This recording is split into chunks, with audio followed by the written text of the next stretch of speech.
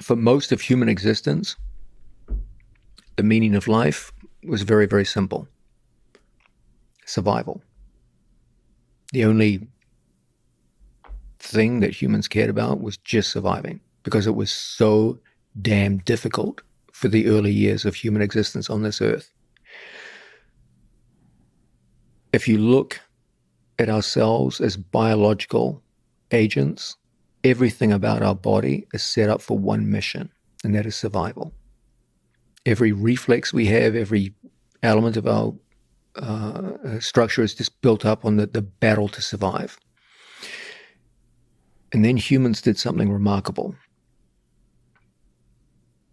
They elevated themselves through the use of technology and social structure to the top of the food chain, so that they went from extremely vulnerable. If you take a naked human being alone and put them in the Serengeti Plains in Africa, they're in some deep shit.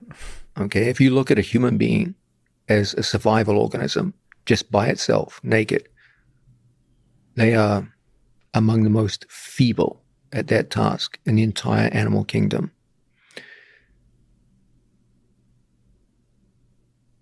You compare us with predatory animals. We are weak and soft and easily killed. But if you take that same human and put them in a group and you give them basic technology, steel, a spear, a knife, he goes from the bottom of the food chain to pretty much at the top. And so humanity found itself in a crisis that emerged out of its own success. For most of its history, their only interest was the battle to survive, and they did it. I don't know how they did it, but they did it. They got through ice ages, droughts, famines, disease, everything, and they found a way to get to the top of the food chain. And that's where it all got interesting. Because an organism whose only interest was in survival had, for the first time in their history, a more or less guaranteed survival. And so the big question now is, now what? We survived. There's no more danger.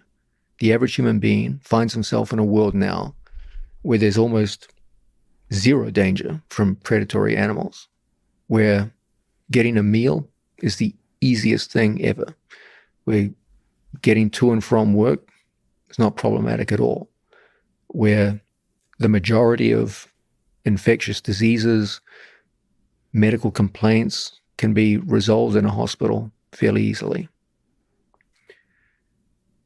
And so they start casting their mind around, okay, what do I do now? And so the minute mankind's existence became more or less guaranteed, the problems shift from survival to meaning. And we found ourselves grappling with a whole new issue that had never occurred to our ancient forefathers, but which now becomes one of the centerpieces of our modern lives. I mean, when you look at your own life, when you look back, you think, I did a hell of a good job. You know, Hunter S. Thompson has this line that I often think about, that life should not be a journey to the grave with the intention of arriving safely in a pretty and well-preserved body, but rather to skid in roadside in a cloud of smoke, thoroughly used up, totally worn out, and loudly proclaiming, wow, what a ride. That's good. Which is the complete opposite of survival. Well, not complete opposite of survival, but basically embracing danger, embracing risk, going big, just living life to the fullest. So within that context, what would make you proud of a life well lived? When you look back, you, John Danaher, looking back at your life. First, I will address that question, but let's first look at why Hunter Thompson could say that. Because his life was more or less guaranteed and safe. Yes. If you look at animals in the animal kingdom, The pattern of their life is very simple. They take the least risk possible to secure their existence.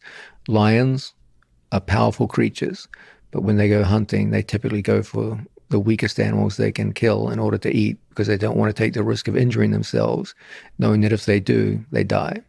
So the brute reality is the only people who can talk about having casual danger in their lives are those whose lives are guaranteed. In a fascinating small tangent, Hunter S. Thompson took his own life. So that seems like a deeply human thing, is suicide. Yes. That's a fascinating question in itself. If you look at the number of suicides per year, it's a shocking statistic that gets almost no recognition.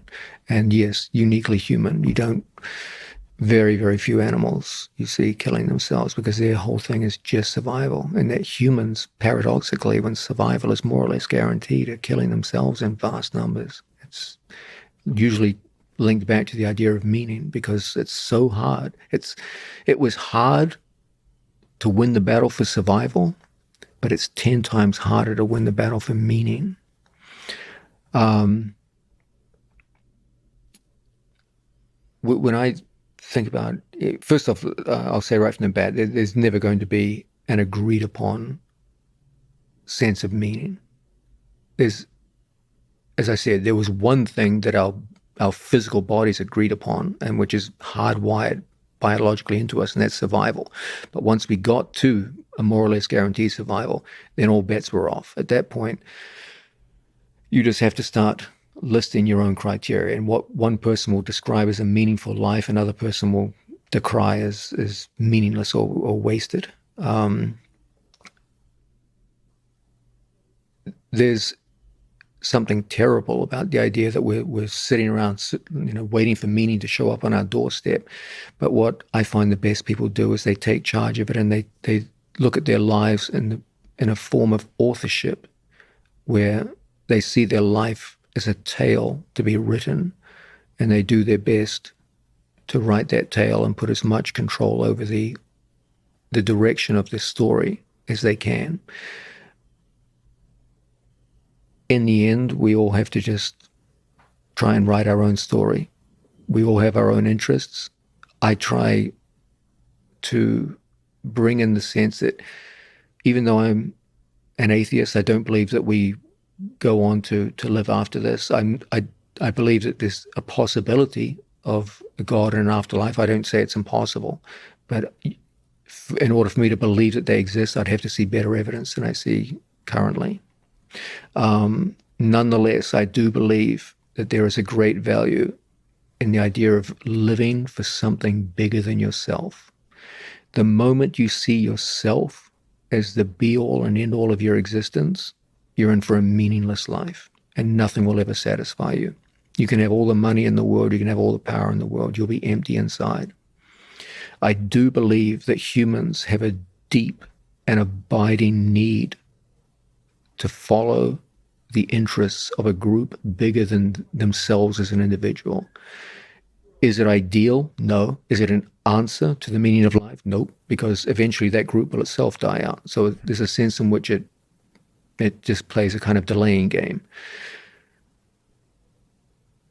But I do believe that in order to live a happy life, meaning is a central part of that, and the deepest sense of meaning, not a fully complete answer, but a better answer than most people give, is to find something which hopefully does very little harm to the people around you and mostly benefits them, which enables you to become part of a community and to live, as I said, for something larger than you as an individual. Welcome to Mastering the Move, the knee cut guard pass.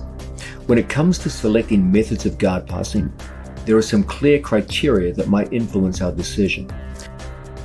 The goal of this video is to show how knee cut guard passing can in most cases be reduced to a pretty simple 3-part structure.